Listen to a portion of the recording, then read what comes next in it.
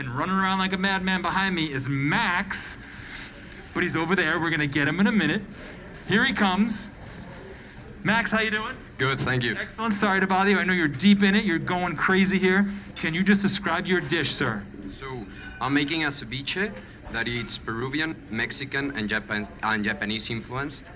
Right now I'm preparing a leche de tigre that is gonna be the sauce of the ceviche. Oh my God, can you say that one more time, chef? Oh, I'm preparing a leche de tigre that is a Peruvian sauce for the ceviche. I love the way it just rolls off his tongue like that. That is unbelievable. That is fantastic. Are you having fun, chef? So far it's amazing. Nice, you're not nervous at all, right? No. We talked before, you're not nervous. Definitely, all good. Well, listen, good luck to you, and we'll come back to you, okay? We're gonna go to Max's video right now. Here it is. My name is Maximiliano Righimal. I was born and raised in Mexico City.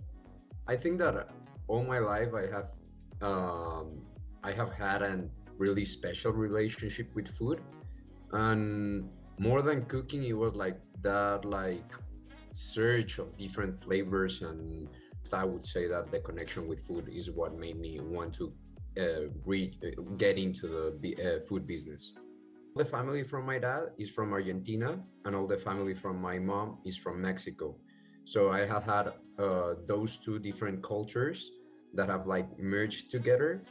The food has a lot of flavor, and Mexicans are really into technique, and what I would categorize as the Argentinians care a lot about where does the product come from, and especially the product has to be local.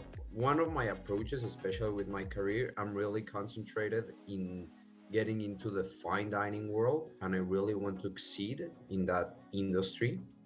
And I started searching for schools that could give me the opportunity, because I have been always a believer that if you want to learn to be really good at what you do, you have to learn it from people that really know what they're doing and that are really good about it. So my dish is a ceviche with Peruvian leche de tigre, and I use some Mexican chiles, so for example serrano, and some fried corn with guajillo powder. So it's a kind of combination between all the Peruvian elements, but adding some of the Mexican ingredients and techniques. This dish uses literally every part of the fish. There is practically no waste when it comes to this dish. So I think it represents a cultural idea. I think it represents a technical idea because it has a lot of technique into it.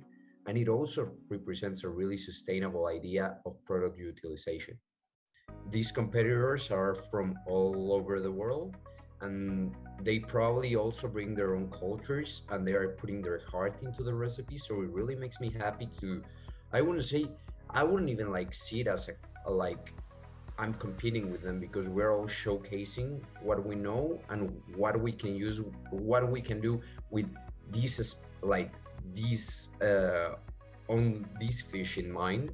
So I would say, first of all, good luck, and it's an honor to compete with you, and I will see you on Sunday. So I am really grateful about that my family and my friends are watching me right now, because I know they believe in me, and it's setting a standard of I want them to be proud of what I present today, so I will do my best.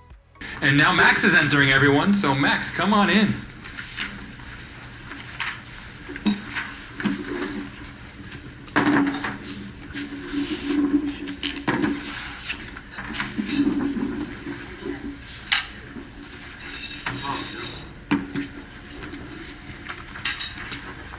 All right, Max. There's the mic. You're free to take off that. Yes, please. Describe your dish to the judges, sir.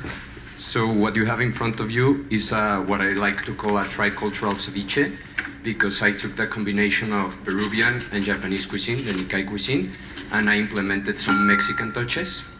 The base is the fish, but I brine it in a kombu brine for 2 hours. After that, we have a Bruno pico de gallo of cucumber, red and green jalapeno, with some yuzu and white soy sauce. After that, we have some onion julienne and maíz of cacao simple with a polvo of chile, with a powder of chile guajillo. After that, we have the cempasúchil flour, which is like a representation of this time of the year in the Mexican culture. Flowers. What kind of flower is that? Cempasúchil. In English is marigold. Marigolds. Yes, of course. Makes it goes yellow. Orange. See, what I would like to invite you is to take your spoons and combine everything very well together, and try to take a bite with all the elements at the same time. Thanks, Chef.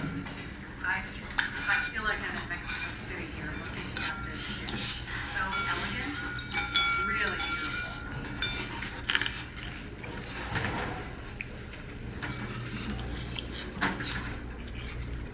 What do you like to use?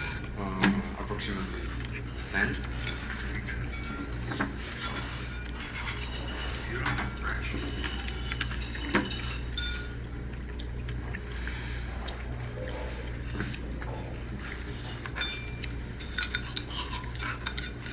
When it's quiet, that's a good thing.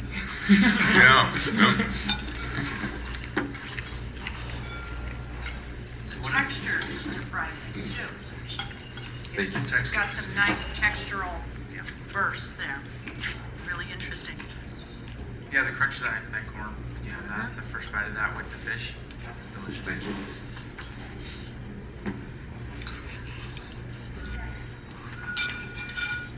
Well, you're certainly highlighting the fish in this dish. I mean, there's no question about who the hero is on the plate. And you took the time to chill the bowl. I want to thank you for that. Because it's a cold dish. It's meant to be cold. You chilled the bowl. Little details.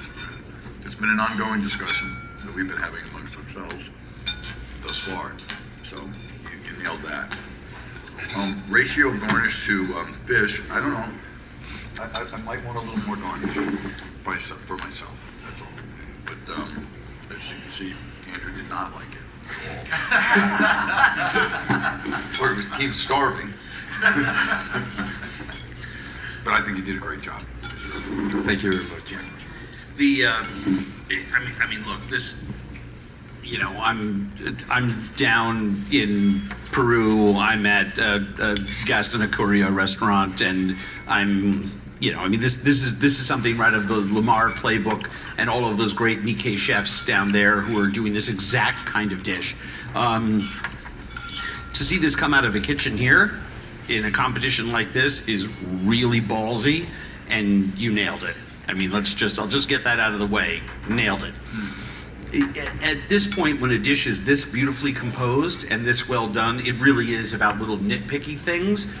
I'm assuming the question about the lime was asked because I probably would have just gone 10% less lime juice. It's dominant, but your leche de tigre is great. It has the right amount of salt in it, and that sort of saves you with that. Like Rick, I always want to make sure I get enough of everything, and you invited everybody to do it, and I appreciate that. I would have gone just with, I mean, another teaspoon of that crunchy cucumber, you know, element on there, just so you have more to eat with it. Marinating the fish in the kombu for a little while, I would have actually gone a little longer. Just to get a little bit more of that kombu flavor on there. Wrap it, let it sit overnight. Get the kombu wet, wrap it, let it sit overnight. It'll really take on the flavor of the kelp. I mean, a couple hours is okay, but let it go overnight and you're really going to find more success. And I'm assuming that the corn varietal that you used there was because that's what was in the kitchen, which is really great. But more traditionally, some of the larger grains of corn, I think, would have given I mean, again, nitpicking, I assume if you had it here, you would have used it. Because if you knew how to do this, you knew it's not exactly the right corn, but yet you pulled it off because I was able to crunch through it. I thought this dish was beautifully composed and really, really successful. Very, very, very nice work. Thank you very much. Max, like your personality, this dish was intense. It was wonderful. I think you really hit on something. This was very, very enjoyable to me, and I think it showed the benefit of this fish in a raw model that was just beautiful. So, representing for Kahala, you did an incredible job. The complexity of flavor, I loved it. I don't think it's overly lime, personally. I think it's fabulous because of all the complexity of other flavors that you've introduced here. So I just adored it. Great job, Max. Thank you, Chef. I agree. I think I was hit right when you asked about the lime. I got hit a heavy lime, but honestly, and I thought, whoa, that's too much. But in taking a full bite, like you said, mixing it up and taking a bite of everything, I think it's really beautifully balanced. And it's so elegant, and it does showcase the fish in a raw application that's just beautiful and easy to eat. So it feels very elegant and nicely done for that. Thank you, Chef. Superb. I loved it. I thought it was absolutely amazing. Everything about the dish. The presentation was beautiful. The skill that was involved in getting the precise cuts of everything, the way you've dealt with the just the whole package to me was absolutely beautiful, outstanding, and I think you've got a great career in front of you. You came into that kitchen confident to show off your skills today, and I think you've done that spot on. Absolutely amazing dish. Yeah. Loved it. Thank you, Chef. Yeah, I agree. I love this dish. I thought it was simple yet so incredibly complex. And the colors were also fantastic. I always look for that in food. I love different colors. You have the green and the red peppers in there. I thought it was fantastic. I actually agree with Andrew. I would not have known that it had been marinated in anything. Maybe I was missing that, but I would have liked a little bit kind of more of something packed into the kombu, whatever, packed into the fish there. And then maybe a little bit more corn for like, I love texture when I'm eating, so like maybe just a couple pieces more corn there, but it was fantastic. Can I just make one more point there? How long did you have for the competition? 2 hours. So if you had to do this again, you had more time, would you marinate it longer? Definitely. Yeah. And one thing, a lot of mention of your lime. Our palates needed to be tempered.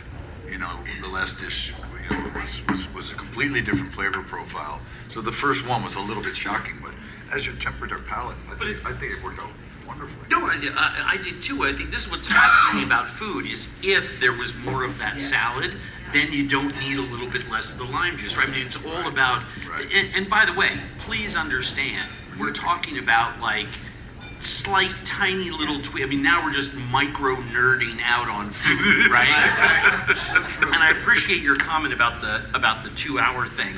It is amazing what kombu does to poultry, seafood, really anything that's wrapped around it. If you give it, a day, if you don't have that time, you can wrap it in there. And I don't know if you have, you probably have a lot of machines in there that can take, throw it in the suck box and get the air out of there, and you'll put that kombu flavor, compress it around the fish. Would be an interesting thing to fool around with next time you're playing around with this. Be really cool to see.